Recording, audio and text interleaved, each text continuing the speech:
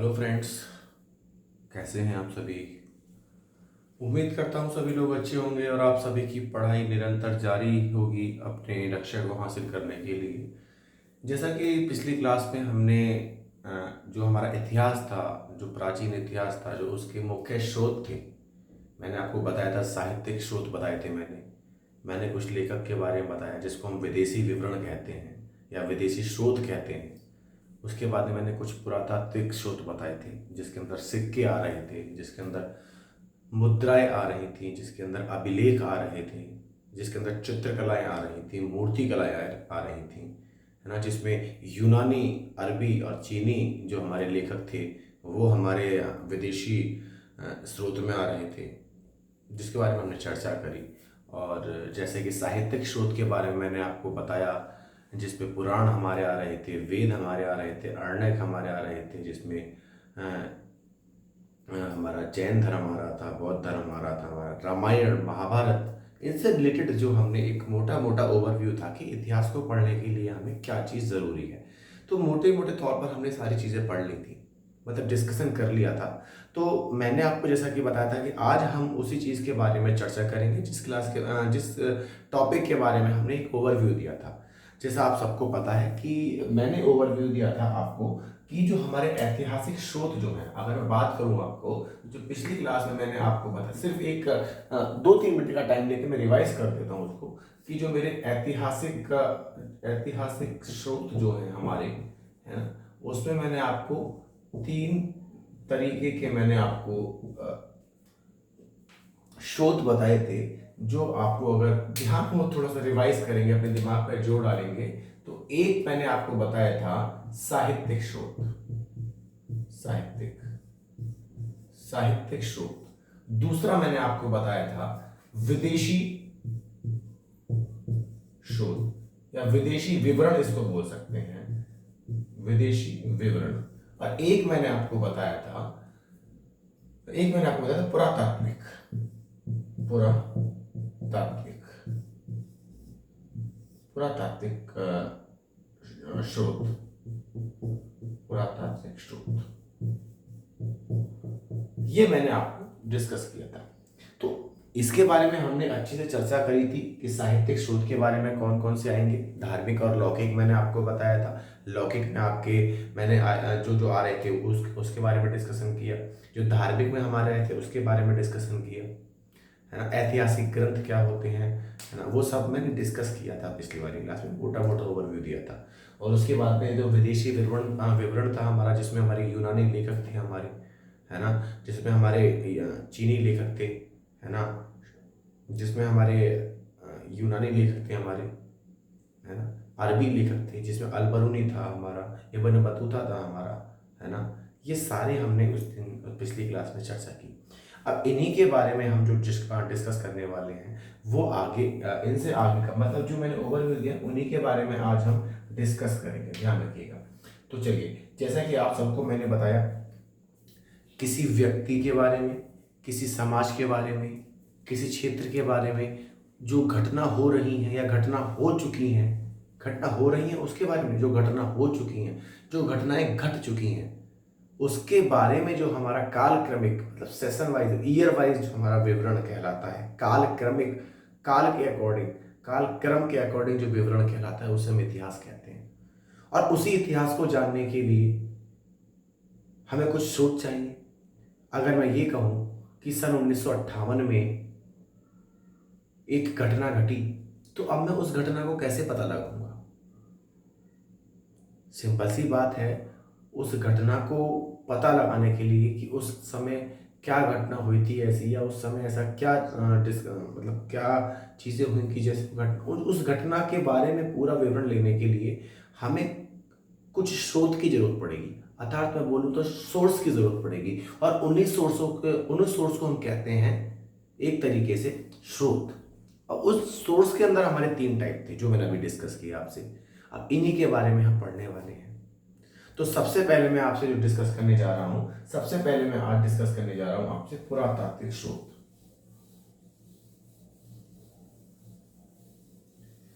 पुरातात्विक स्रोत, ध्यान रखिएगा। चलिए, पुरातात्विक, सॉरी थोड़ा सा राइटिंग थोड़ा सा प्रैक्टिस कर लीजिएगा। पुरातात्विक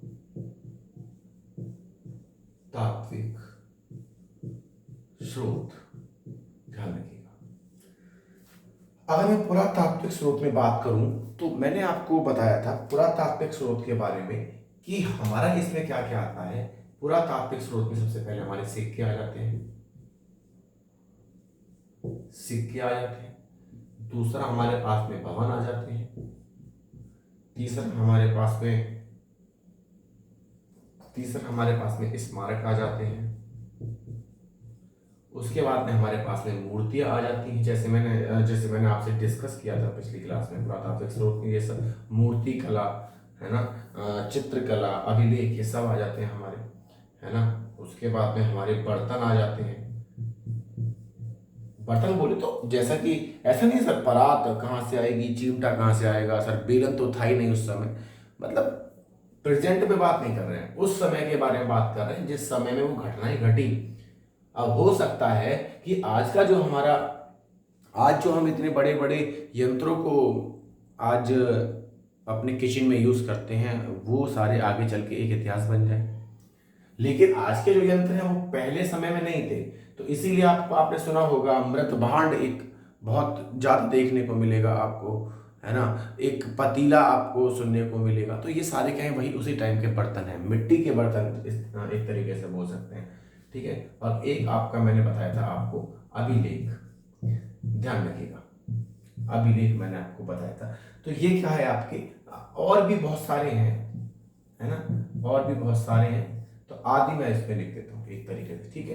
तो पुरातात्विक स्रोत में हमारा क्या क्या आ जाता है, थोड़ा ध्यान से सुनिएगा। पहला सिक्के आ जाते हैं, भवन, स्मारक, मूर्तियां, है ना, मूर्तियां आ जाती हैं हमारी, मूर्तियां, बर्तन आ जाते हैं हमारे, अभिलेख आ जाते हैं, और उसके अलावा और भी ऐसी ऐसी बहुत सारी चीजें हैं, ठीक है। तो इन जो हमारे ये सोर्स हैं, ये सोर्स सिर्फ और सिर्फ हमारे पुरातात्विक जो हमारे उसको जानने के लिए, जो हमारे पुरातात्विक स्रोत है, किसी इतिहास को जानने के लिए उनके पुरातात्विक स्रोत ये हैं।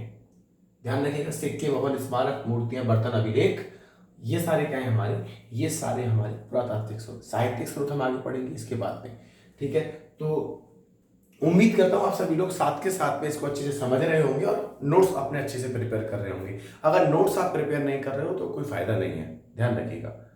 एटलीस्ट अगर आप चाहते हो साथ के साथ क्लास में एक बार जब आप नोट्स बना लेंगे, माफ कीजिएगा थोड़ा गला आज ठीक नहीं है, तो साथ के साथ अगर आप क्लास में अगर नोट्स बनाएंगे तो ज्यादा बेनिफिट रहेगा, ठीक है। चलिए अब मैं आगे चलते हैं, इसी के बारे में आगे चलते हैं, ध्यान रखिएगा।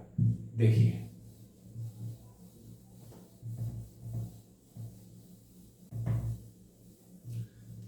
अब देखिए एक वर्ड आता है टीला, ध्यान रखिएगा, टीला। इतिहास में एक वर्ड आ जाता है टीला। अगर हम बात करते हैं कि इतिहास को जानने के लिए क्या क्या और चीज जरूरी है, तो ध्यान रखिएगा टीला बहुत इंपॉर्टेंट सा वर्ड है। टीला, टीला क्या होता है, देखिए टीला ये होता है जी, मान लीजिए ये हमारी पृथ्वी है, ये हमारी पृथ्वी है, ये बिल्कुल समतल पृथ्वी है, और अगर मैं इस पृथ्वी को इस तरीके से यहां जाके और इस तरीके से मैं उठा दूं, है ना, तो ये क्या हो जाएंगे हमारे, ये हमारे हो जाएंगे टीले। ध्यान रखिएगा ये हो जाएगा हमारा टीला। इसको हम छोटा टीला बोल सकते हैं और इसको हम बोल सकते हैं बड़ा टीला। ध्यान रखिएगा। तो एक बात ध्यान रखिएगा कि टीला पृथ्वी की सतह का वह उभरा हुआ भाग है, ये वाला जो भाग है हमारा, ये वाला जो भाग है ना, ये वाला, ठीक है। तो टीला क्या है हमारा, टीला हमारा पृथ्वी की सतह का उभरा हुआ वह भाग है जहां पर इतिहास को जानने के लिए कुछ वस्तु या कुछ भी एक तरीके से कह सकते हैं कि हमारा अवशेष, ध्यान रखिएगा इनके नीचे क्या मिलते हैं? अवशेष मिलते हैं। अवशेष मतलब ये इनके नीचे। और इन अवशेषों की क्या होती है? इन अवशेषों की फिर होती है स्टडी। और उस स्टडी के बेस पे ही हम क्या कहते हैं? हम इतिहास को बता पाते हैं कि वो कोई चीज कितनी पुरानी है। सपोज दैट मान लीजिए ये मार्कर है ना, ये मार्कर मान लीजिए इस टीले के नीचे दबा मिला, तो अब ये मार्कर, इस समय मार्कर है ये मेरे हाथ में, इस समय ये अवशेष नहीं है, ध्यान रखिएगा। इस समय ये एक प्रोडक्ट है, लेकिन जिस समय ये धूल मिट्टी में हो करके टूट फिट करके, है ना, टूट फिट करके क्या हो जाएगा? मान लीजिए मैं फेंक दिया मैंने, जब ये खत्म हो गया तो क्या होगा? जब मान लीजिए जब मैंने फेंका तो इसका जो इसका कैप है वो अलग टूट गया, रिफिल अलग टूट गई, इसकी ऊपर वाला भाग अलग टूट गया, शेल अलग टूट गया। और ये क्या हुआ? धीरे धीरे पैरों में जाते, मट्टी धूलों में जाते जाते क्या हो गया? ये इस टीले के नीचे जमा हो गया।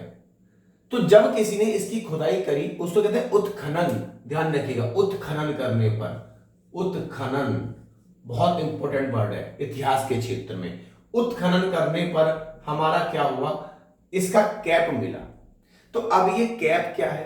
या कैप मिला, या फिर इसकी जो रिफिल है वो मिली, या ये कैप भी नहीं मिला, इस कैप का जो ये वाला भाग है, मूवेबल भाग है, ये इसके नीचे मिला।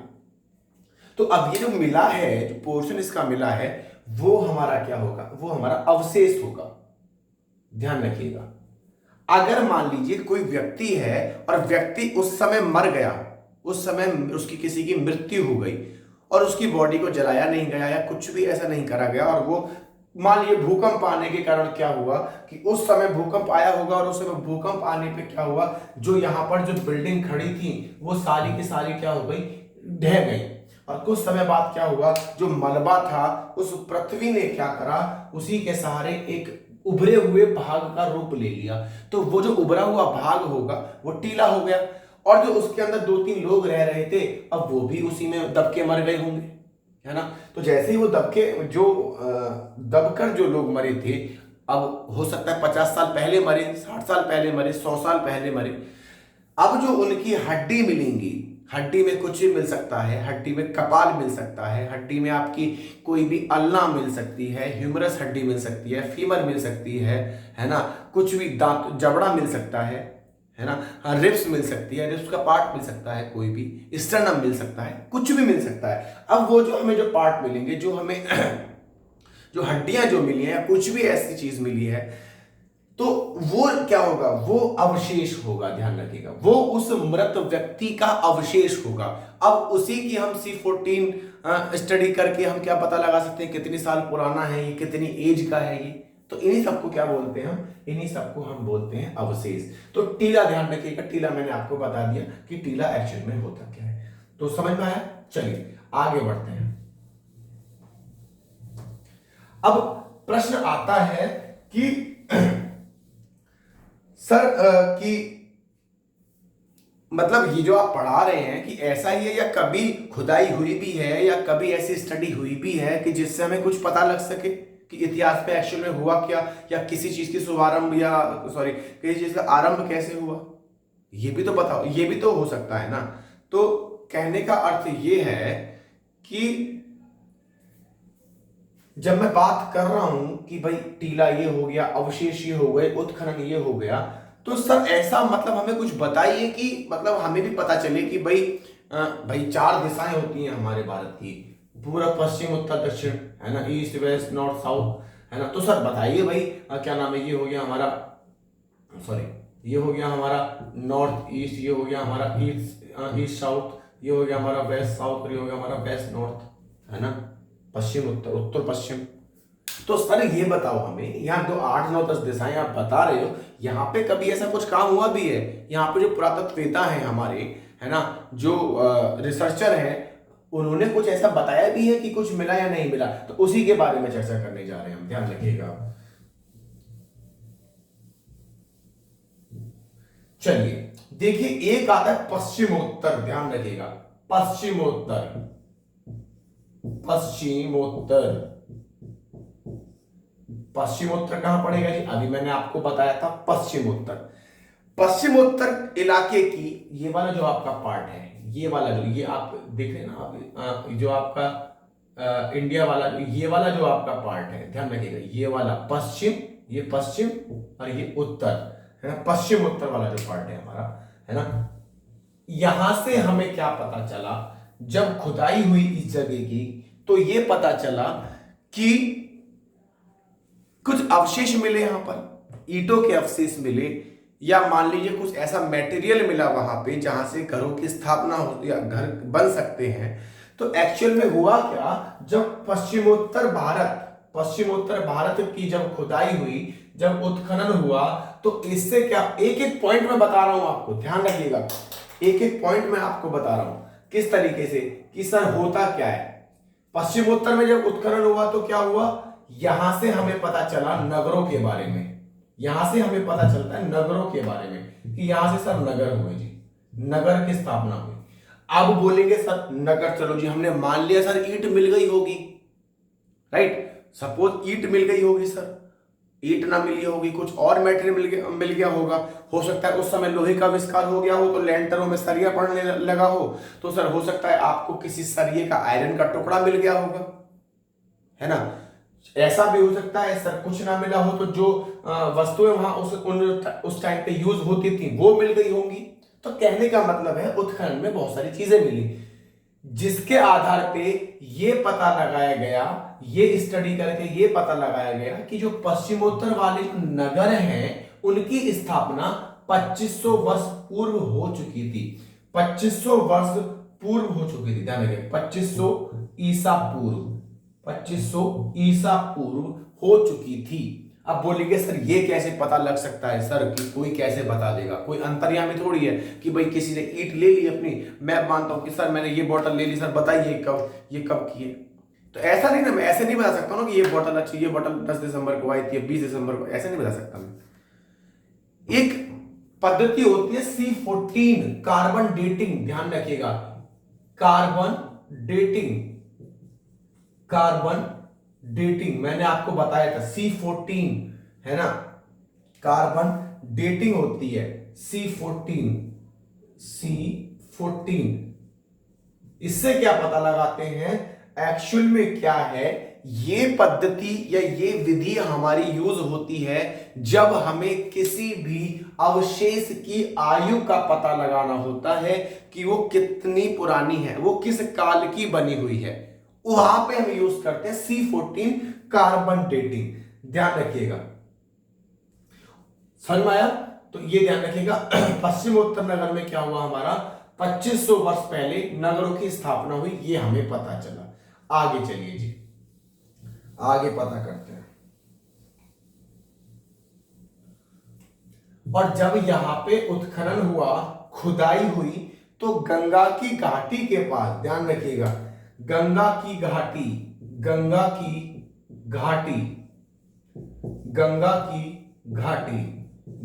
घाटी में क्या हुआ, गंगा की घाटी में हमें भौतिक जो वहां के रहने वाले लोग थे, भौतिक संस्कृति के बारे में पता चला, फिजिकल कल्चर के बारे में पता चला, लोग कैसे रहते थे हमें यह पता चला। ध्यान रखिएगा, समझ में आ रहा है, लोग कैसे रहते थे, कहां से पता चला, जब गंगा की घाटी की खुदाई होती है। ध्यान रखिएगा, जब गंगा की घाटी की खुदाई होती है, खुदाई या फिर हम बोले उत्खनन, ध्यान रखना, दोनों वर्ड ध्यान रखिएगा।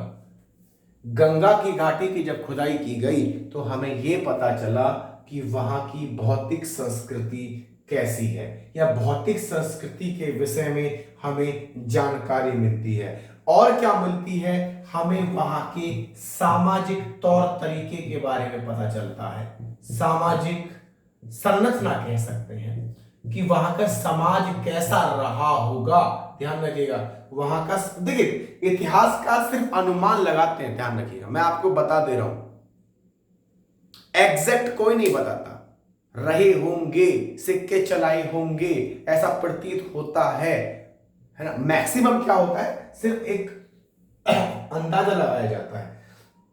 चलिए, तो इसके साथ साथ में और क्या हुआ, हमारा सामाजिक संरचना के बारे में पता चला। सामाजिक संरचना बोले तो वहां के लोग किस तरीके थे, कैसे रहते थे, वहां की बस्तियां कैसी थी। ध्यान रखिएगा, इंपॉर्टेंट है, उत्खनन से प्राप्त हमें बस्तियों के बारे में पता लगता है, बस्तियों के बारे में पता लगता है कि वहां की बस्तियां कैसी थी। अब देखिए पहले जमाने में क्या था, मतलब पुराने समय में क्या था, ऐसा तो है नहीं ना कि मतलब हमें यही मतलब लोग वहां पे आजकल जैसे दिल्ली में आपने देखा होगा, नोएडा में देखा होगा आपने, 50-50 फ्लोर जो फ्लोर है, ऐसी बिल्डिंग बनी हुई है, 100 फ्लोर कब गिर जाए पता नहीं चलता है ना।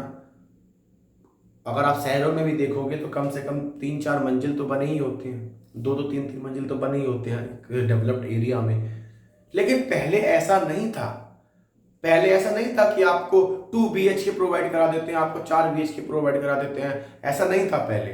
समझ मारा है। तो पहले बस्तियां हुआ करती थी, घास फूस की जो लकड़ियां हैं वहां, उससे क्या हुआ, चारों तरफ अपना एक घेराव किया, एक स्ट्रक्चर बनाया, उसी में लोग रहते थे, उसी को बोला गया बस्तियां।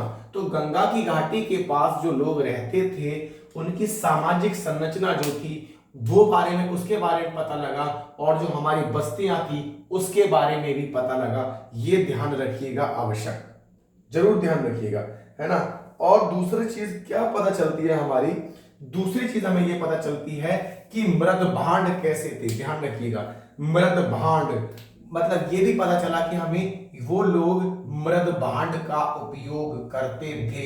ध्यान रखिएगा, मृद भांड का उपयोग करते थे, मृद भांड का उपयोग। मृद भांड क्या होता है, अब बोलोगे सर मृद भांड क्या होता है, तो मृद भांड एक तरीके का क्या होता है, वैसल होता है।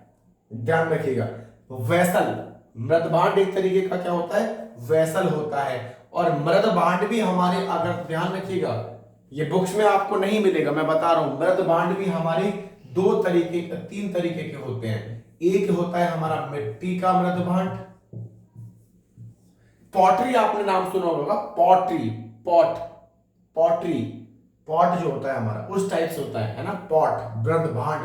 एक मिट्टी का होता है हमारा, और एक हमारा होता है पत्थर का। ध्यान रखिएगा, एक पत्थर का होता है और एक हमारा होता है पोर्सिलिन का, पोर्सिलिन। तो जो मृद भांड का भी उपयोग करते थे, ध्यान रखिएगा, जो वहां के लोग थे, गंगा की घाटी पे जब उत्खनन हुआ तो हमें यह पता चला कि वहां के लोग हमारे मृद भांड का भी उपयोग करते थे। और मृद भांड में भी कौन कौन से, मिट्टी का, पत्थर का, पोर्सिलिन का, ये ध्यान रखिएगा सबसे पहले, है ना। ये भी हमें पता चलता है उसके बाद में कि वहां के लोग किस प्रकार के अनाजों का प्रयोग करते थे, किस प्रकार का या के अनाज, किस प्रकार के अनाज, ध्यान रखिएगा, किस प्रकार के अनाजों का प्रयोग करते थे। वहां के लोग गेहूं खाते थे, वहां के लोग चावल खाते थे, वहां के लोग बाजरा खाते थे, क्या खाते थे, ये हमें पता चलता है हमारे उत्खनन से। ठीक है, और क्या पता चलता है, उसके बाद में हमें पता चलता है कि हथियार कैसे यूज करते थे, या फिर मैं बात करूं औजार कैसे यूज करते थे, औजारों व हथियारों का उपयोग, हथियारों का उपयोग, ये वाला इंपॉर्टेंट भी है, उसके सबके साथ साथ में ये मत छोड़ देना, है ना। औजार व हथियारों का उपयोग कैसे होता था, ध्यान रखिएगा। अब देखिए, औजार और हथियार ये 2 शब्द आते हैं और अपने आप में ही दोनों शब्द हमारे अलग अलग हैं, औजार भी और हथियार भी। औजार किसे कहते हैं, जैसे आपने सुना होगा कलयुग में बड़े अच्छे से, आज के समय में बड़े अच्छे तरीके से इन दोनों शब्दों का उपयोग अलग अलग क्षेत्रों में किया जाता है, सभी को पता है। औजार वो होते हैं जिसको हम अपने किसी कार्य में यूज करते हैं। अगर आप देखें, एक लोहार क्या क्या यूज करता है, एक लोहार के लिए सबसे ज्यादा हथौड़ा है, है ना। आजकल आपने देखा होगा जो एक मिस्त्री होता है, जो मकान बनाता है, उसके लिए छेनी भी होती है, उसके लिए बसूली भी होती है, उसके लिए हथौड़ी भी होती है, ना। तो ये साथ उसके लिए एक देखा होगा आपने, एक बड़ा सा लोहे की रॉड भी होती है, जिससे हम मिट्टी में छेद गड्ढा कर सकते हैं, दीवारों को तोड़ सकते हैं। तो ये क्या है, ये इस तरीके के औजार हैं।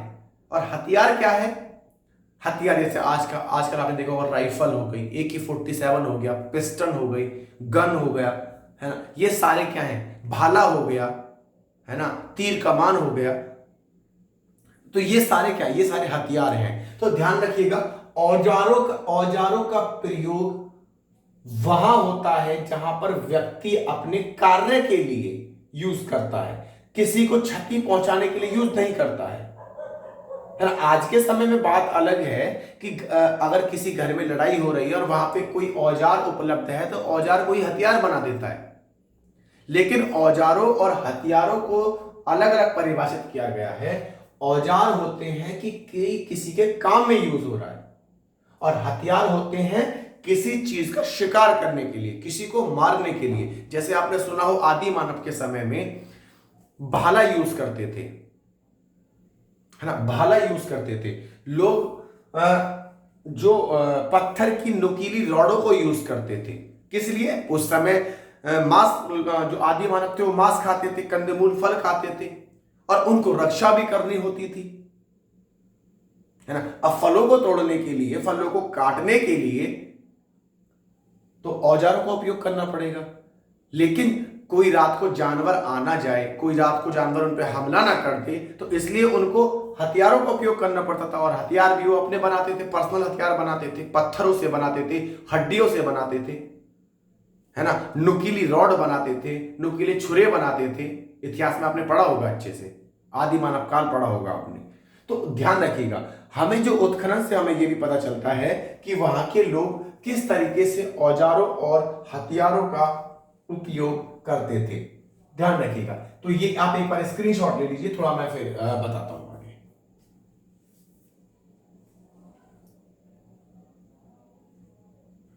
चलिए, आपने स्क्रीनशॉट ले लिया होगा, इसको रफ कर देता हूं मैं भी।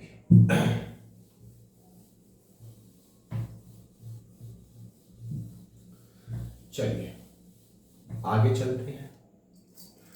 अब देखिए भाई, बोले पश्चिमोत्तर में तो सर ये हो गया जी। जब पश्चिमोत्तर एरिया की क्षेत्र की खुदाई हुई तो हमने बहुत सारी चीज देखी।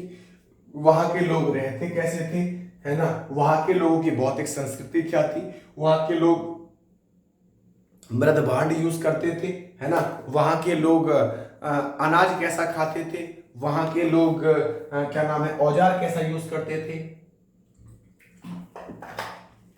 वहां के लोग हथियार कैसा यूज करते थे, है ना, वहां के लोगों की बस्तियां कैसी होती थी। तो इस तरीके से पता चलता है। ध्यान रखिएगा। दूसरा मैं आपको बता रहा हूं दक्षिण भारत के बारे में, जो हमारा नीचे वाला पार्ट है, दक्षिण भारत। ध्यान रखिएगा, अभी मैं बात करता हूं दक्षिण भारत। दक्षिण भारत, दक्षिण भारत किसको कहते हैं आप अच्छी तरीके से जानते हो, मैंने आपको बता ही दिया था। दक्षिण भारत जो आपका नीचे समुद्र वाला जो इलाका है, समुद्र की ओर जो होता है। मैंने जब आपसे डिस्कस किया था अंतरीप, मैंने डिस्कस किया था प्रायद्वीप। ध्यान रखिएगा, भूलिएगा मत, अंतरीप और प्रायद्वीप में क्या डिफरेंस है। तो जो अंतरीप और प्रायद्वीप वाला जो एरिया है हमारा, केरल वाला, है ना, तेलंगाना वाला, ये सारा कहाँ आता है, हमारा साउथ में आता है। दक्षिण भारत साउथ इंडियन में आता है हमारा। तो ये बात ध्यान रखिएगा। अब दक्षिण भारत से हमें क्या मिलता है, तो ध्यान रखिएगा, दक्षिण भारत में जब उत्खनन हुआ, दक्षिण भारत के साथ में जब उत्खनन हुआ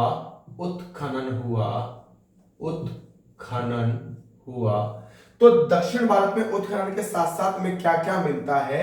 यहां से यह पता चला कि जब कोई व्यक्ति मर जाता था, दक्षिण भारत में जब कोई व्यक्ति मर जाता था तो उसके शव के साथ में, है ना, अब देखो कहीं कहीं पे ये है, सॉरी, शव के साथ में, शव मतलब डेड बॉडी, ध्यान रखिएगा, शव के साथ में क्या होता था, शव के साथ औजार, हथियार, बर्तन आदि भी दफनाते थे। बर्तन आदि भी क्या करते थे, दफनाते थे।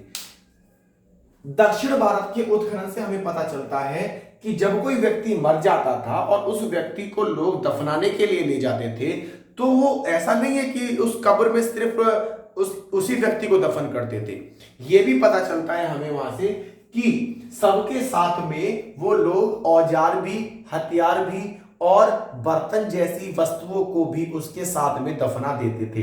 जैसे अगर आपने देखा हो, जैसा मैंने देखा है अपनी लाइफ में, आज भी ये ट्रेंड चल रहा है। जैसे कोई व्यक्ति मर जाता है, उसको शमशान घाट पे ले जाते हैं, तो शमशान घाट पे उसकी कुछ वस्तुओं को उसके साथ में, उसकी चिता के साथ में जला देते हैं। जैसा मैंने देखा है अपने इस समय में, जो मैंने देखा है या मैं देखता हूँ, बहुत जगह मैंने देखी है कि जहाँ पे सपोज दैट कोई व्यक्ति मर गया है, किसी की मृत्यु हो गई है, तो जब उसको दफनाने ले जाते हैं, जैसे खासकर ये केस ज़्यादातर मुझे देखने को मिलता है बच्चों के साथ में। अगर किसी शिशु की, बच्चे की मृत्यु हो जाती है, तो उसके साथ में जो उसके कपड़े हैं, जो उसके खिलौने हैं जिनसे वो खेलता था या खेलती थी, है ना, ऐसी कुछ भी चीज़ें, तो वो उसी शव के साथ में दफना देते हैं। तो ये प्रथाएं अभी पूरी तरीके, या ये अगर मैं बात करूं, ये सारी चीज़ें पूरी तरीके से खत्म नहीं हुई हैं। ये प्रथाएं खत्म नहीं हुई हैं अभी, ये अभी भी चल रही हैं, लेकिन पूरे विश्व में, पूरे भारत में नहीं है, कहीं कहीं पे है। तो ध्यान रखिएगा। तो हमें इससे मतलब नहीं, हमें इतिहास से मतलब है। दक्षिण भारत के उत्खनन से हमें पता चला कि मृत शरीर के साथ में लोग औजारों को, लोग बर्तनों को, लोग हथियार जैसी वस्तुओं को भी उसके साथ में दफना देते थे। ठीक है, और क्या पता चला, और शव के चारों तरफ, और शव के चारों तरफ, शव के चारों ओर बड़े पत्थर, ध्यान रखिएगा, सबके चारों तरफ क्या कर देते थे, सबके चारों तरफ बड़े बड़े पत्थर लगा देते थे। जैसे एग्जांपल के तौर पे सपोज ये कोई व्यक्ति है ना, ये कोई व्यक्ति है ना, ये क्या करा, ये एक कब्र में है ना। अब क्या होगा, ये इस प्रथा के अनुसार बड़े बड़े शिला, बड़े बड़े मतलब शिला नहीं, पत्थर बोलेंगे, इसके चारों तरफ क्या कर देते थे, बड़े बड़े पत्थर लगा देते थे, है ना। ये हमें दक्षिण भारत की खुदाई से पता चला। क्या पता चला, एक तो पहला वाला पॉइंट, और दूसरा वाला पॉइंट, सबके चारों तरफ बड़े बड़े पत्थर क्या कर देते थे, ठीक है, खड़े कर देते थे। और ध्यान रखिएगा, बड़े पत्थर, ध्यान रखिएगा, जहां बड़े पत्थर का वर्ड आ जाए उस काल को हम कहते हैं महापाषाण काल। ध्यान रखिएगा, महापाषाण काल। इतिहासकारों ने क्या करा है, इसको महापाषाण काल से जोड़ा है, महापाषाण काल, ठीक है, महापाषाण काल, ध्यान रखिएगा, जिसको मेगालिथ भी बोलते हैं। क्या बोलते हैं, मेगालिथ, ध्यान रखिएगा। और स्मारक, ध्यान रखिएगा, एक तरीके से हम इसको, ये वाला जो सिस्टम है, इसको हम स्मारक भी बोल देते हैं। ध्यान रखिएगा, स्मारक एक तरीके का स्मारक ही तो है ये, ठीक है। तो ऐसे जगह को, ऐसे स्मारकों को हम क्या कहते हैं, महापाषाण कहते हैं। महापाषाण काल से संबंधित कह सकते हैं, या फिर महापाषाण काल नहीं बोलेंगे, हम महापाषाण बोलेंगे, मेगालिथ एज नहीं बोलेंगे। महापाषाण मतलब कि बड़े पत्थर, महा मतलब बड़ा और पाषाण मतलब पत्थर, ध्यान रखिएगा। तो ऐसे स्मारकों को हम क्या बोलते हैं, महापाषाण, ध्यान रखिएगा। तो ये ध्यान रखिएगा, ये समझ में आया। मैंने आपको C14 के बारे में मैंने आपको डिस्कस कर ही दिया है। C14 क्या होती है, कार्बन डेटिंग होती है, जिसकी मदद से हम क्या करते हैं, किसी भी अवशेष के काल का पता लगाया जा सकता है। किसी भी अवशेष के उसकी एज का पता लगाया जा सकता है कि वो कितने समय पुराना है। तो ये सब ध्यान रखिएगा।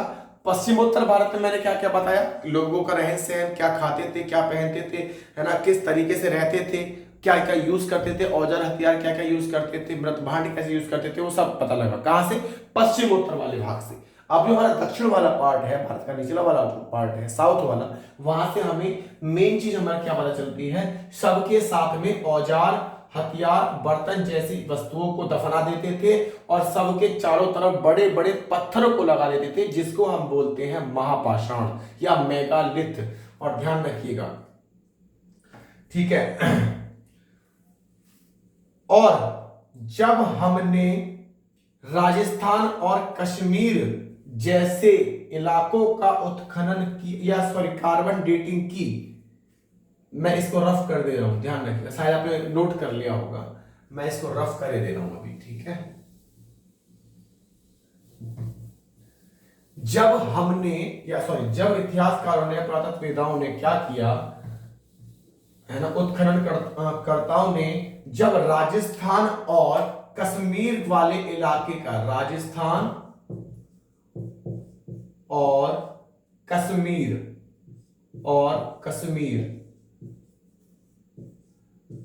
वाले इलाके का उत्खनन किया, तो उत्खनन से जो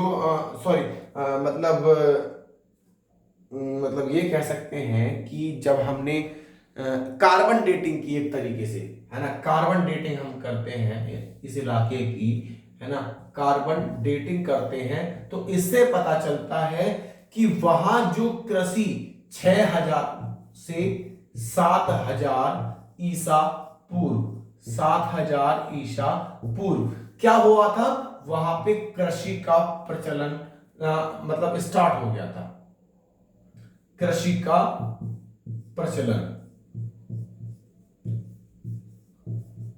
राजस्थान में। ध्यान रखिए, राजस्थान और कश्मीर में क्या था, 6 से 7000 ईसा पूर्व क्या हो चुका था, कृषि का प्रचलन हो चुका था। मतलब उस समय भी आराम से कृषि वहां पर हो रही थी, ठीक है। चलिए, तो ये मैंने आपको राजस्थान और कश्मीर के बारे में थोड़ा सा ध्यान रखिएगा, इंपॉर्टेंट पॉइंट है राजस्थान और कश्मीर के केस में कि वहां पे C14 कार्बन डेटिंग करके उत्खननकर्ताओं ने क्या किया, ये बताया कि कृषि, वहां पे जो कृषि का प्रचलन था वहां पे 6 से 7000 ईसा पूर्व भी था, ठीक है। चलिए, नेक्स्ट हम बताते हैं आपको पौधे, है ना, जो पौधे के अवशेष मिले हैं, है ना, पौधों के अवशेष किस किस से, जो हमारे पराग होते हैं, ध्यान रखिएगा, पराग, ठीक है, परागों का विश्लेषण, मतलब कि पौधों का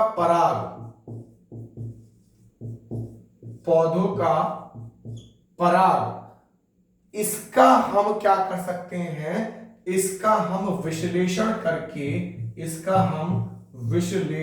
करके ये पता लगा सकते हैं कि क्या उस समय जो हमारी जलवायु थी, उस समय हमारी जलवायु और वनस्पतियां कैसी थीं। जो पौधे के अवशेष हमें मिले हैं, जो पौधों के अवशेष हमें मिले हैं, उन पौधों के अवशेषों का परीक्षण करके या उन पौधों के परागों का भी ध्यान रखिएगा। पौधों में भी विशेषता इतिहासकार क्या करते हैं, पौधों में भी जो उसका पराग होता है उस पार्ट को यूज करके, उस पार्ट की स्टडी करके, विश्लेषण करके ये पता लगाया जा सकता है या ये पता कर सकते हैं कि वहां की या उस समय की जलवायु और वनस्पतियों का इतिहास क्या रहा है। ध्यान रखिएगा, समझ में आया। चलिए, अब आता है नेक्स्ट टॉपिक, पशुओं की हड्डी का परीक्षण करके, पशुओं की हड्डी। पर ऐसा तो नहीं है ना कि जो हमारा इतिहास बना वहां पे कोई मरा ही नहीं है, वहां पे जानवर भी मरे हैं, वहां पे व्यक्ति जो हमारा मानव है वो भी, उसकी भी मृत्यु हुई है, वहां पे निर्जीव सजीव सबके अवशेष मिले हैं, ध्यान रखिएगा इतिहास में। तो जो हमारी पशुओं की हड्डी है, पशुओं की हड्डियां, पशुओं की हड्डियां, उससे क्या पता चल सकता है कि उनकी आयु कितनी है। अब सपोज दैट मेरे पास में मान लीजिए कोई एक ये हड्डी मिली, सपोज दैट किसी हमने खुदाई की और खुदाई में मुझे एक हड्डी मिल गई। अब मैं कैसे पता करूंगा कि ये किस समय की है? तो ध्यान रखिएगा, कार्बन 14 का उपयोग करके मैं ये पता कर सकता हूं कि ये हड्डी किस काल की है। ठीक है, और मैं इससे ये भी पता कर सकता हूं कि उस समय कौन कौन से जानवर थे, ये भी पता लगा जा सकता है। लेकिन कार्बन डेटिंग से नहीं पता लगा सकता, कार्बन डेटिंग से सिर्फ और सिर्फ उसकी एज का पता लगाया जा सकता है। तो ये ध्यान रखिएगा। समझ में आया? चलिए, कार्बन डेटिंग करके, उसका परीक्षण करके, हड्डियों का परीक्षण करके सब पता लगा जा सकता है कि कितने साल पुरानी है, किस काल की है, और जिस जानवर की है वो पालतू था या पालतू नहीं था या जंगली था, है ना, या है ना, ये सारी चीजों का हमें पता लगा जा सकता है किसके कारण? जो हमारे उत्खनन में जो मिले हैं उनका परीक्षण करके। समझ में आया? चलिए आगे हम जो अगला टॉपिक हम लेते हैं, अगर इस पुरातात्विक स्रोत जो मैंने आपको बताए हैं, अगर इससे रिलेटेड कोई भी आपका क्वेरी है, कोई भी क्वेश्चन है, तो कमेंट बॉक्स में जरूर बताइएगा। ठीक है, चलिए आगे अब मैं बात करता हूं सिक्के की। चलिए, सिक्के मैंने आपको बताया था पुरातात्विक स्रोत में एक सिक्का बहुत इंपॉर्टेंट है, उससे भी ज्यादा अभिलेख है, उससे भी फिर हमारा आता है चित्रकला, फिर आता है हमारा मूर्ति कला, स्मारक, भवन। ये सारे किसके स्रोत हैं? पुरातात्विक स्रोत है हमारे इतिहास को जानने के। तो ध्यान रखिएगा। चलिए अब बात करते हैं सिक्कों की। सबसे पहले ध्यान रखिएगा, मुद्रा शास्त्र किसे कहते हैं?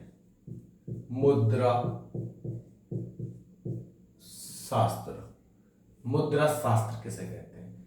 मुद्रा शास्त्र होता है भाई सिक्कों का अध्ययन। सिक्कों का अध्ययन, सिक्कों का अध्ययन कहते हैं मुद्रा शास्त्र। मुद्रा शास्त्र किसे कहते हैं? सिक्कों के अध्ययन को, सिक्कों की स्टडी को, कॉइन्स की स्टडी को, सिक्कों के अध्ययन को क्या कहते हैं? मुद्रा शास्त्र। ध्यान रखिएगा, समझ में आया? न्यूमिस्टैटिक्स कहते हैं इसको, न्यूमिस्टैटिक्स, मुद्रा शास्त्र, न्यूमिस्टैटिक्स। ठीक है, तो ये सब आप जरूर ध्यान रखिएगा। और अब हम जो पढ़ने जा रहे हैं वो पढ़ने जा रहे हैं सिक्कों के बारे में। पुरातात्विक स्रोत में जो एक इंपॉर्टेंट स्रोत है वो है हमारा सिक्का। तो सिक्का क्या है जी, ध्यान रखिएगा। चलिए बढ़ते हैं आगे। अधिकांश जो हमारी मोहरें होती थी वो धातुओं की होती थी। अधिकांश मोहरें हमारी धातुओं की होती थी। मोहरें हमारी किसकी होती थी? मोहर, है ना, किसकी होती थी? धातु की, धातुओं की होती थी, धातुओं की। ठीक है भाई, धातुओं की होती थी। और ध्यान रखिएगा, जिन सिक्कों के ऊपर या जिन मुद्राओं के ऊपर, सिक्कों के ऊपर क्या नहीं था? सिक्कों के ऊपर कोई चित्र नहीं था, कोई चित्र नहीं, कोई आकृति नहीं,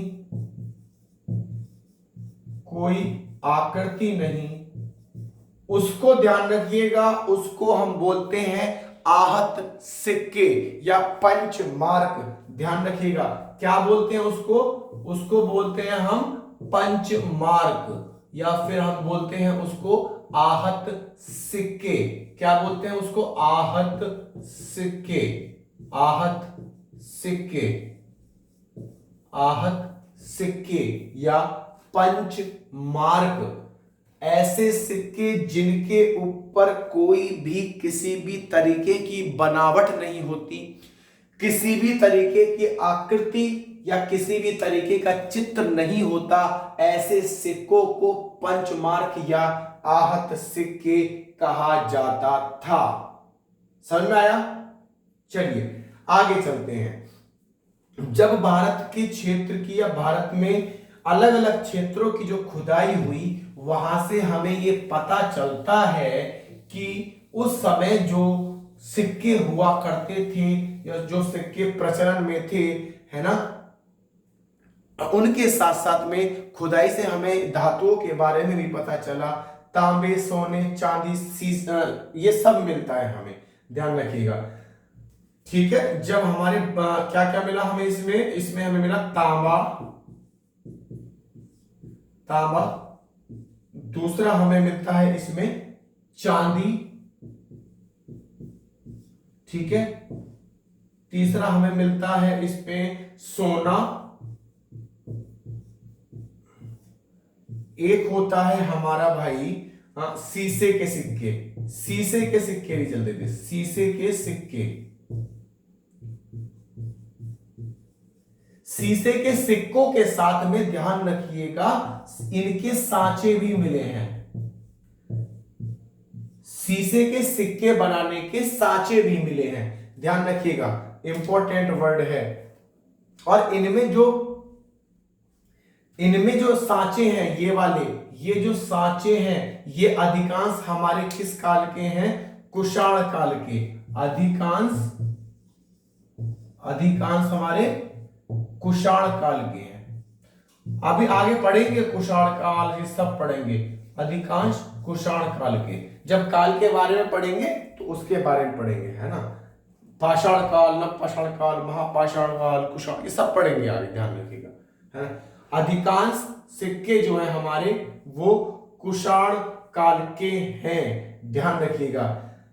भारत में जो सिक्के मिले हैं उनमें राजाओं और क्या है, राजाओं और देवताओं के नाम भी हैं और तिथियां भी अंकित हैं, ध्यान रखिएगा। सिक्कों पर देवता, राजा व तिथियां भी हैं, व तिथियां, देवता, राजा का नाम व तिथियां भी हैं, ध्यान रखिएगा, इंपॉर्टेंट शब्द है। देवताओं के क्या है उस पे? देवताओं के नाम, राजाओं के नाम, और उस पे तिथियां क्या है? उस पे तिथियां भी अंकित हैं, ध्यान रखिएगा। इंपॉर्टेंट टॉपिक, इंपॉर्टेंट पॉइंट है। जो भारत में जो उत्खनन से जो हमें सिक्के, मुद्रा या धातु प्राप्त हुई है, उनमें क्या है? उनमें हमारा धातु भी है, उनमें हमारा राजाओं के नाम भी हैं, देवताओं के नाम भी हैं और तिथियों के नाम भी हैं, तिथियां भी अंकित हैं। अब बोलोगे सर देवताओं राजाओं का नाम से क्या मतलब है ना? तो ध्यान रखिएगा। सर आज के क्या वहां पे सरकार नहीं होती थी? प्रश्न उठता है कि सर ऐसे कैसे हो गया कि देवताओं के, राजाओं के नाम, तिथियां भी ऐसे कैसे? देखो तिथियां तो आज भी अंकित होती हैं, आपने देखा होगा, आपने सिक्के पे, 1 के कॉइन पे, 2 के कॉइन्स पे, सब पे देखा होगा, तिथियां आज भी मेंशन है ना, इस काल में भी मेंशन है। लेकिन बात करें तो देवता राजाओं का नाम का क्या मतलब है सर? देखिए उस समय राजाओं के नाम सिक्कों पर इसलिए हो जाते थे कि राजा ने, मान लीजिए कोई राजा राज कर रहा है, किसी राजा का प्रशासन है किसी एरिया में, तो वो राजा जो अपने समय में उसे सिक्के चलाए होंगे, तो ये कहा जा सकता है कि उस राजा ने अपने नाम के सिक्के चलाए होंगे, उस पर अपना नाम कर दिया होगा, उस पर अपना नाम अंकित कर दिया होगा, करवा दिया होगा, है ना। या फिर ऐसा भी हो सकता है कि जो राजा था, और राजा मान लीजिए भगवान विष्णु का उपासक था, मान लीजिए, या किसी देवी का उपासक था, है ना, या किसी का भी उपासक था, तो उसने क्या हुआ, उसके उपलक्ष्य में क्या करा, उन सिक्कों पर उस देवी देवताओं का क्या कर दिया, उस पर आकृति बना दी, उस पर नाम लिखवा दिया। राजा का मन है वो तो, है ना, या फिर जो प्रशासक है उसका मन है, वो अपना नाम भी वहां पर अंकित करवा सकता है, या फिर क्या नाम है, देवताओं के नाम भी वहां पर जिसको मानता है, जो भी है, ये कहा जा सकता है कि जरूर ऐसा रहा होगा, समझ में आया? चलिए आगे बढ़ते हैं।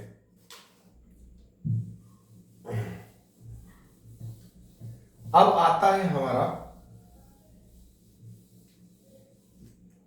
जो एक प्रश्न आता है सर, जो हमारे सिक्के हैं इन पर जो एक मतलब एक नॉर्मल सा प्रश्न दिमाग में आ सकता है कि सर ये जो हमारे सिक्के हुआ करते थे उस समय, इन पर जो तिथियां हैं वो मेंशन करी गई, या ये कहें कि उन पर जो आकृतियां हैं वो मेंशन करी गई, या उन पर जो लेख लिखे गए हैं वो मेंशन करे गए, वो जो लेख लिखे हैं वो लिखे गए। तो ये सबसे पहले करा किसने था जिसकी वजह से ये सारी चीजें हुई? तो ध्यान रखिएगा, ये सबसे पहले करा लेख और तिथियां लिखने का काम सिक्कों पर लेख व तिथि शुरुआत किसने करी? ध्यान रखिएगा, शुरुआत करिए यूनानी शासकों ने, यूनानी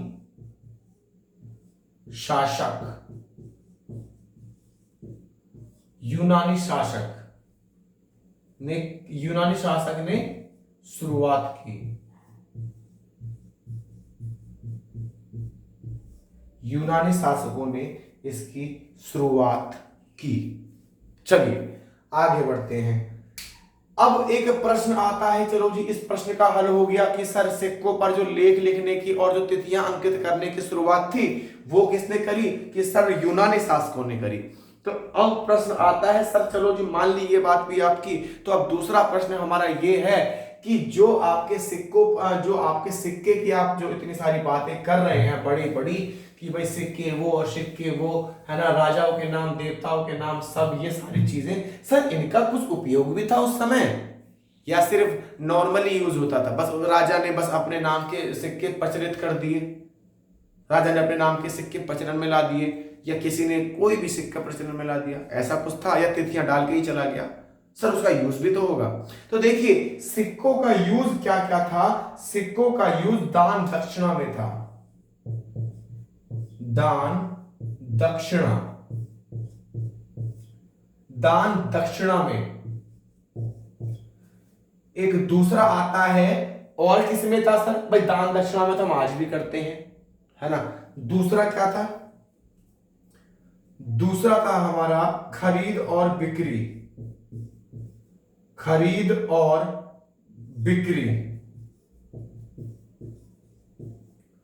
ये हो गया। और वेतन मजदूरी देने में, ध्यान रखिएगा, वेतन और मजदूरी के लिए, है ना, और भी मतलब आदि, है ना, इनका भुगतान, वेतन मजदूरी भुगतान करने के लिए, ध्यान रखिएगा,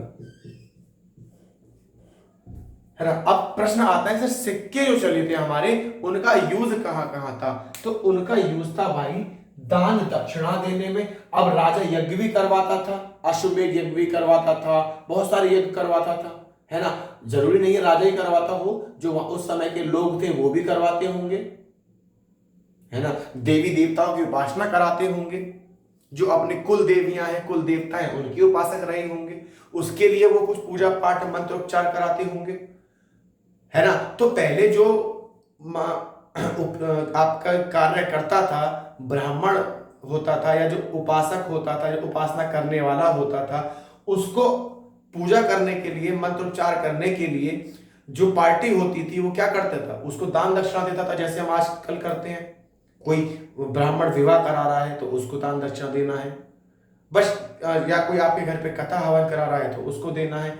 आपने किसी का नाम वगैरह रखवा दिया, नामकरण करवाया, तो उसको दक्षिणा के रूप में दे देते हैं, है ना। या आपके दरवाजे पर कोई साधु संत आया तो उसको आप दक्षिणा के रूप में कुछ दे देते हैं, है ना। मंदिर का ही, आप मंदिर में आपने प्रसाद चढ़ाया तो आप दान दक्षिणा के रूप में कुछ भी दे देते हैं। तो ये कहने का मतलब है कि सिक्कों का जो यूज था वो दान दक्षिणा के रूप में भी किया जाता था, एक खरीद और बिक्री के यूज में भी, जो कि आज होता है। अगर मान ली दान दक्षिणा के रूप में, खरीद बिक्री के रूप में कुछ चीज खरीदनी है, कुछ चीज सेल करनी है, तब भी हम सिक्कों का यूज करते थे। वेतन मजदूरी, अब राजा के, अब मान लीजिए कोई भी उस समय जो प्रशासन के उस पे रहा होगा, पद पर रहा होगा या रहते होंगे राजा, है ना, उनके यहाँ पे बहुत से लोग काम भी करते होंगे। सेना होती थी पहले, सैनिक होते थे, है ना, द्वारपाल होते थे पहले, खाना बनाने वाले होते थे, है ना, मजदूरी करने वाले होते थे, रक्षक होते थे, है ना, प्रजापति होते थे। तो ये सारे क्या थे, जब ये कार्य करते थे, एक तरीके से ड्यूटी करते थे, नौकरी करते थे, तो राजा इनको क्या देता था? राजा इनको सिक्कों के रूप में उनकी मजदूरी देता था, उनका वेतन अदा करता था, उनका वेतनों का भुगतान करता था। आज के समय में क्या डिफरेंस है? आज के समय में डिफरेंस ये, सिक्के का प्रचलन आज भी है, ध्यान रखिएगा, पहले भी था, भविष्य की नहीं पता, भविष्य में सिक्के बंद हो जाए मुझे नहीं पता, लेकिन आज भी सिक्कों का उपयोग होता है। लेकिन आज सिक्कों से ज्यादा उपयोग होता है नोटों का। सिक्के में और नोट में डिफरेंस है, आपको पता ही है। सिक्कों का उपयोग कम होता है किसकी कंपेयर में? नोट की कंपेयर में। जो एक कागज की वस्तु है, जो कागज का एक कागज का पैसे, कागज के नोट हैं, उसकी कंपेयर में क्या है, उसकी कंपेयर में जो सिक्के हैं उसका उपयोग कम होता है। ठीक है, चलिए अब एक प्रश्न आता है, अब चलिए एक प्रश्न तो नहीं, खाली इसके बारे में ध्यान रखिएगा, और भी बहुत से कामों में इसका यूज होता था, ध्यान रखिएगा। मैं इंपॉर्टेंट बता रहा हूं आपको, इनके अलावा भी बहुत सारे यूज होते थे। सनमाया, चलिए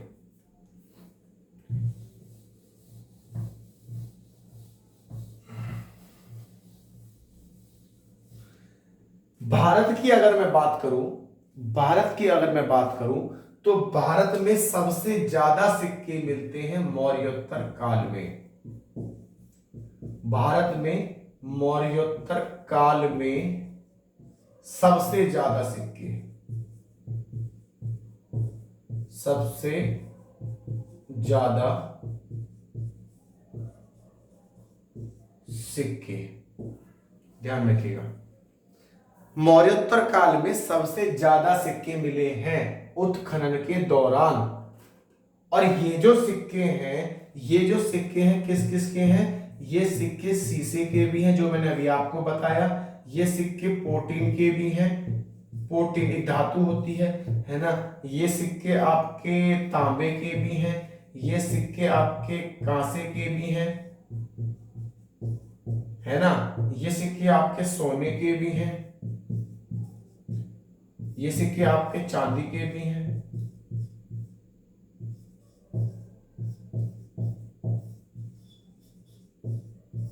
ध्यान रखिएगा, मौर्योत्तर काल में सबसे ज्यादा सिक्के मिले हैं, और ये सिक्के किस किस के थे? सीसे के सिक्के थे। ये सिक्के आपके पोटीन के भी होते थे, ये सिक्के आपके सोने के भी होते थे, ये सिक्के आपके चांदी के भी होते थे, ये सिक्के आपके कांसे के भी होते थे, ये सिक्के आपके तांबे के भी होते थे। तो ध्यान रखिएगा, मौर्योत्तर काल में सबसे ज्यादा सिक्के हमें देखने को मिलते हैं। समझ में आया? और एक वो आता है कि सबसे ज्यादा सोने के सिक्के किसने चलाए? गुप्त शासक ने। गुप्त शासक सबसे ज्यादा स्वर्ण मुद्राएं, स्वर्ण सिक्के। गुप्त शासक ने क्या करा? गुप्त शासक ने सबसे ज्यादा सोने के सिक्के अपने काल में चलाए। जितने भी आपके शासक रहे हो, सबसे ज्यादा जो सिक्के थे हमारे, वो चले हैं हमारे किसमें? गुप्त शासक काल में। किसके? सोने के। सोने के जो सिक्के हैं सबसे ज्यादा किस काल में चले? गुप्त शासक काल में। इंपॉर्टेंट प्रश्न है पॉइंट ऑफ व्यू से एग्जाम के। सबसे ज्यादा सोने के सिक्के किस शासक ने या किस शासन काल में हुए? गुप्त शासक ने क्या करा?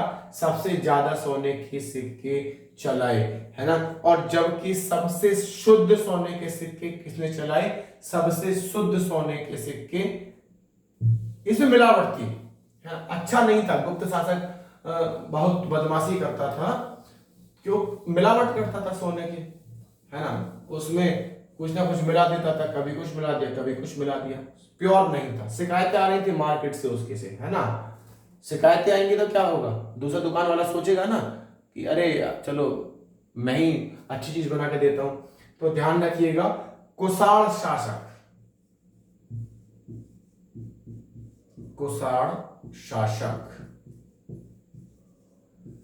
सर्वाधिक शुद्ध सोने के सिक्के, सर्वाधिक शुद्ध स्वर्ण मुद्राएं, मुद्राएं, ध्यान रखिएगा। कुषाण शासक ने सर्वाधिक शुद्ध सोने के सिक्के का प्रचलन किया। किसने किया? सर्वाधिक शुद्ध स्वर्ण मुद्राओं का प्रचलन किया। और इसी के साथ में एक प्रश्न और आता है, सबसे ज्यादा शीशे के सिक्के किसने चलाए? सबसे ज्यादा शीशे के सिक्के सातवाहन, क्या नाम है उसका, सातवाहन बोल दो या सातवाहन शासक बोल दो, सातवाहन शासक। सातवाहन शासक ने क्या करे? सर्वाधिक, सबसे ज्यादा, सर्वाधिक शीशे के सिक्के, शीशे के सिक्के, सर्वाधिक शीशे के सिक्के। ध्यान रखिएगा, इंपॉर्टेंट पॉइंट है, तीनों ही तीनों अपने आप में। प्रश्न आता है कि सबसे ज्यादा सोने के सिक्के किसने चलाए? तो सबसे ज्यादा सोने के सिक्के गुप्त शासक ने चलाए। ध्यान रखिएगा, सबसे ज्यादा सोने के सिक्के गुप्त शासक ने चलाए। सबसे ज्यादा शुद्ध सोने के सिक्के किसने चलाए? कुषाण शासकों ने चलाए। सबसे ज्यादा शीशे के सिक्कों का प्रचलन किसने किया? सातवाहन शासक ने किया। ये तीनों ही अपने पॉइंट ऑफ व्यू से इंपॉर्टेंट प्रश्न हैं, ध्यान रखिएगा, स्क्रीनशॉट ले लीजिए इसका।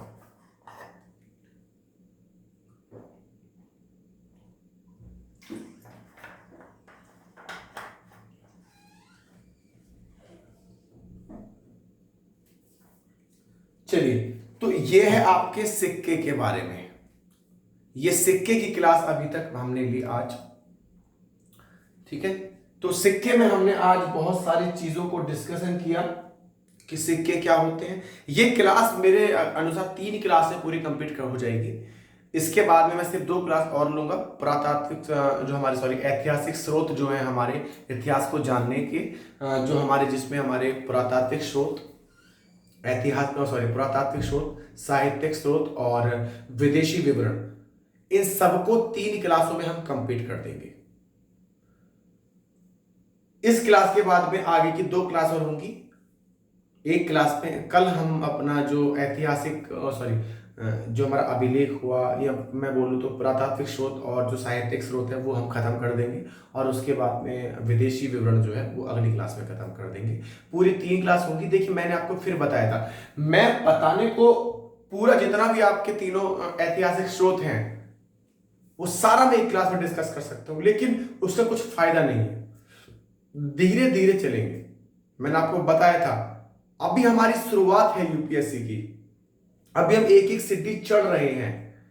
जिस दिन बेसिक आपका कवर हो जाएगा, जिस दिन आप कमेंट बॉक्स में मुझे ये लिखने लगोगे कि सर इस क्लास से मेरा ये बेसिक बिल्कुल एकदम डाउट क्लियर हो गया, उस दिन मैं मानूंगा कि आपका बेसिक क्लियर हो गया। और उस दिन के बाद हम थोड़ी सी स्पीड पकड़ेंगे, उस दिन आंसर राइटिंग की तरफ हम चलेंगे, उस दिन हम PYQ लगाएंगे। तो धीरे धीरे करके हम अपनी सीढ़ियों पर चढ़ेंगे और जो हमारा एम है, जो हमारा लक्ष्य है, उसको हासिल करेंगे। ध्यान रखिएगा।